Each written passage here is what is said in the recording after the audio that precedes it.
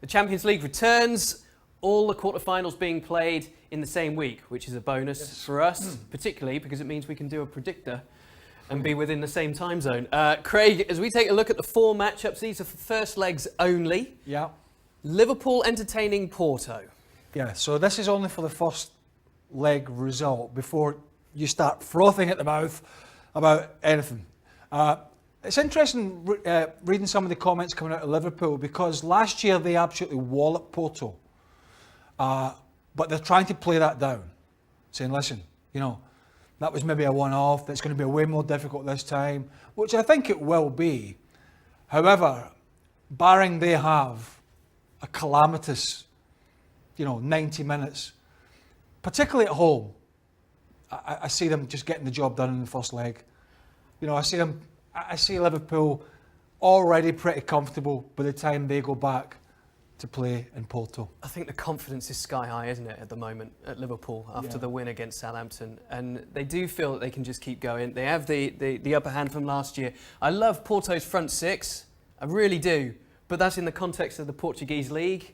I just think at Anfield there's just too much. I don't think the nerves will get to Liverpool. No. I think that's a win for the home side without a doubt. I mean, they didn't play great at the weekend, but they really gritted it out and showed some real desire at Southampton. Yeah, I do like Porto though, I have to say. Right, so Tottenham, Manchester City, arguably, although Man United, Barcelona to come, arguably the tie of the round. Do you know, I've got City to, I think most of the guys on ESPN FC have picked the perceived favourites to go through. However, I think back to last year when you look at the disparity between City and Tottenham in the league, how many points, and I think that tells a story. But then there was a fair amount of a gap last year to Liverpool, and they had a really bad day at the office. I don't think that will happen over 2 legs, Ross, because I think Tottenham are a very good side. I could see this being a draw in London.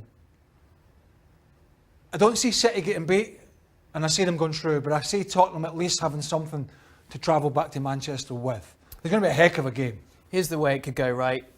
Nerves play a part in Tottenham Hotspur. I know they beat Crystal Palace. They weren't wonderful against Palace. Arguably, they were better against Liverpool. But they lost the game. Palace just sat in. They did. Manchester City, though, come in there. They'll feel good about going to London again. They've beaten the last 2 times they played at Wembley. Yeah. Is it one game too much? It's going to be a massive game. I see Tottenham being up for it. I hate to say it, I see a draw as well. Yeah, when I look down at the Manchester City, every time I look at a Manchester City side, I sometimes don't look at the first 11 to start with. I look at the bench, and I think that's evil. Yeah, that's evil. When I look at the bench, sometimes then I work my way back. So all being well, De Bruyne fit again, Fernandinho fit again, Aguero should be fit.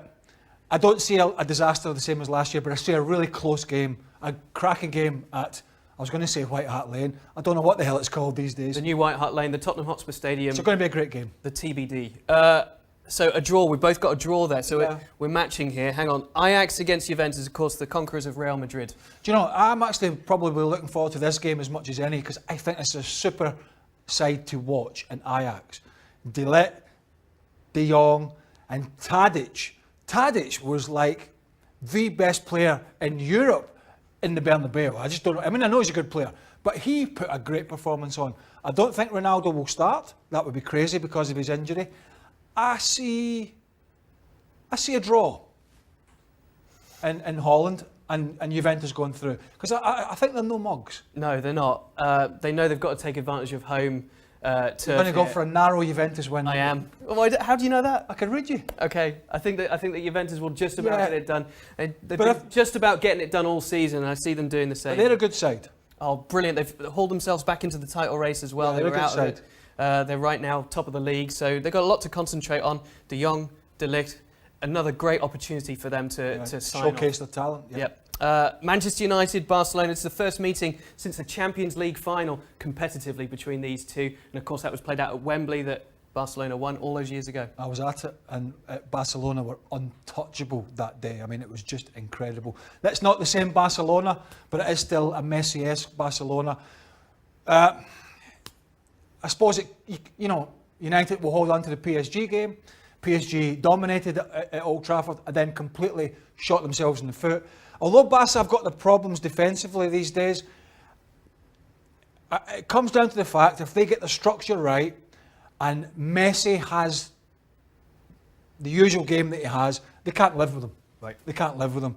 And I don't see lightning strike twice against the big European boys here. So I think they'll try and be competitive, but I think ultimately they'll be outplayed over the 2 games. What kind of performance do you really think that Solskjaer will get out of Manchester United in this? Because, of course, what happened in the first leg against PSG was they got walked over at home and then turned it on away from home.